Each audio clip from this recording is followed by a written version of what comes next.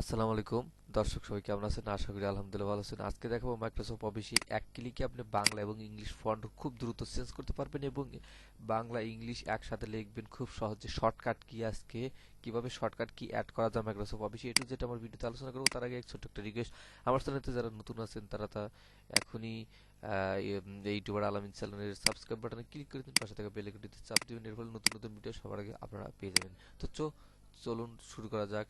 First Windows বারে যাই। Windows বারে যাওয়ার পর আমরা মাইক্রোসফট অফিস ওয়ার্ড যেটা আছে সেটা আমরা এখান থেকে চুজ করে নেই। মাইক্রোসফট অফিসে ক্লিক করলাম, অলরেডি আমার কিন্তু এখানে আছে, তারপরেও আমি এটাতে এখান থেকে ক্লিক করলাম যাতে আপনারা সহজে বুঝতে পারেন।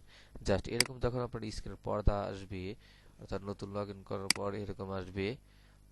তারপর সে যেটা করবেন সেটা আমি দেখাই। Just next, download, finish. যদি এরকম আসে, আমি কিন্তু এই উইন্ডোজ দিয়েছি নতুন, এখনই এই সেটআপ দিয়েছি মাইক্রোসফট অফিস, এই জন্য এটা আসছে আর দিয়েছি, জাস্ট চলে গেল। এখন যদি দেখতে পাচ্ছেন এখানে যদি আমি এই যে ইংরেজি লেখছি, কন্ট্রোল অল্টা বি চাপলাম, দেখেন এখানে বিজয় হয়ে গেছে।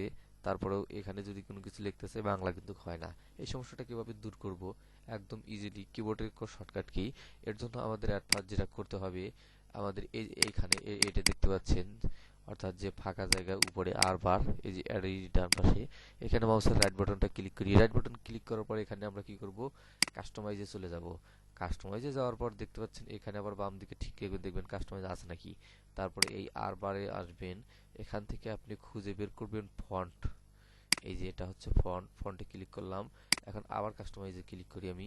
ক্লিক করার পর এই পাশ থেকে ক্যাটাগরিজের মধ্যে থেকে আমরা যেটা নেব সেটা হচ্ছে ফন্ট। আচ্ছা ঠিক আছে, এখান থেকে ফন্টটা নিয়ে নিলাম। আর এই পাশ থেকে নেব টাইম নিউ রোমান, অর্থাৎ আগে আমি ইংলিশ ঠিক করব তারপরে বাংলা। এখান থেকে আপনি সুন্দরভাবে খুঁজে বের করছেন। এখানে আমি এই যে খুঁজে বের করলাম টাইম নিউ রোমান, জাস্ট এখানে লিখেছি। এখন কোন শর্টকাট কি ক্লিক করলে এই বাংলা ইংরেজি আসবে সেটা হচ্ছে, আমি যদি কন্ট্রোল ওয়ানে ক্লিক করি, ক্লিক করার পরে আমি কি করেছি, এই অ্যাসাইনে ক্লিক করলাম, তারপরে আবার কন্ট্রোল অন দিই, কন্ট্রোল অন, ওকে। এখন আমি ক্লোজে ক্লিক করে দেই, তারপর আবার আমি ফন্টে যাই। ফন্টে যাওয়ার পর, সরি, আবার ফন্টে যাই, আবার কাস্টমাইজে যাই। এখান থেকে আবারও ফন্ট সিলেক্ট করি, আমার ইংরেজি ইংরেজি কিন্তু অলরেডি অ্যাড করা হয়ে গেছে। ফন্টে যাই, এখান থেকে আমরা চুজ করব সুটোনিয়াম জি। সুটোনিয়াম জি কোথায় আছে সেটা আপনারা খুঁজে বের করবেন, লাস্টে এম জি লেখা আছে, এটা বুঝে সুটোনিয়াম জি এখান থেকে খুব সহজে বের করতে পারবেন। জাস্ট আমি দেখাই, জাস্ট মিনিট। দেখতে পাচ্ছেন এই যে সুটোনিয়াম জি আমি সিলেক্ট করে দিলাম। সুটোনিয়াম জি সিলেক্ট করার পর এখানে কন্ট্রোল টু দেই, কন্ট্রোল টুতে চাপ দিলে বাংলা হবে। আবারও এখানে আমি প্রেস করব কন্ট্রোল টু, জাস্ট এখানে আমি ক্লোজে ক্লিক করে দেই। আমার কাজ কিন্তু অলরেডি হয়ে গেছে। এখন যদি আমি ওকে ক্লিক করি তাহলে আমার কাজ হয়ে যাবে।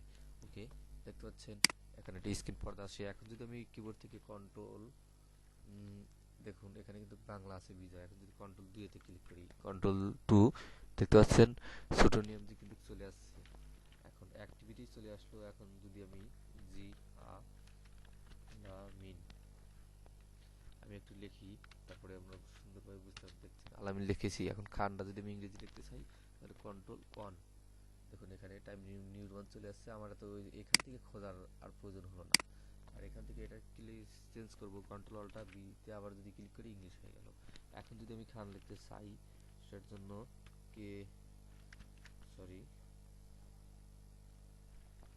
কন্ট্রোল ওয়ানে ক্লিক করি। এখন কন্ট্রোল ওয়ানে ক্লিক করার পরে দেখছেন এটা ইংলিশ হয়ে গেছে। আর কন্ট্রোল অল্টা বি তে একবার চাপলে বাংলা হবে আর একবার চাপলে এখানে ইংলিশ হয়ে যাবে, একদম ইজি। এখন যদি খান লিখি, কে এইচ এ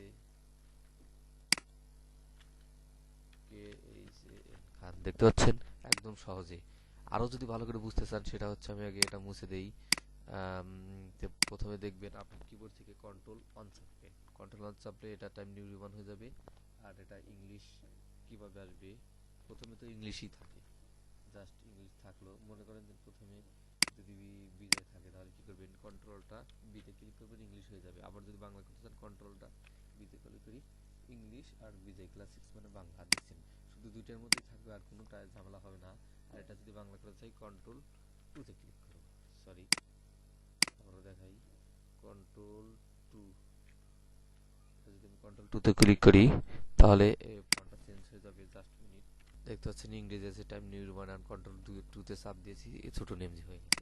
এই তো বন্ধুরা, এবার তোমরা বাংলা ইংলিশ খুব সহজে টাইপিং করতে পারবেন। তো ধন্যবাদ, সবাই ভালো থাকবেন, সুস্থ থাকবেন। আর আমার চ্যানেলটিতে যারা এখনো সাবস্ক্রাইব করেনি সাবস্ক্রাইব করেন, যারা সাবস্ক্রাইব করেছেন তাদেরকে থ্যাংক ইউ সো মাচ। কোথাও যদি না বোঝেন তাহলে ইনশাল্লাহ জানাতে ভুলবেন না কিন্তু।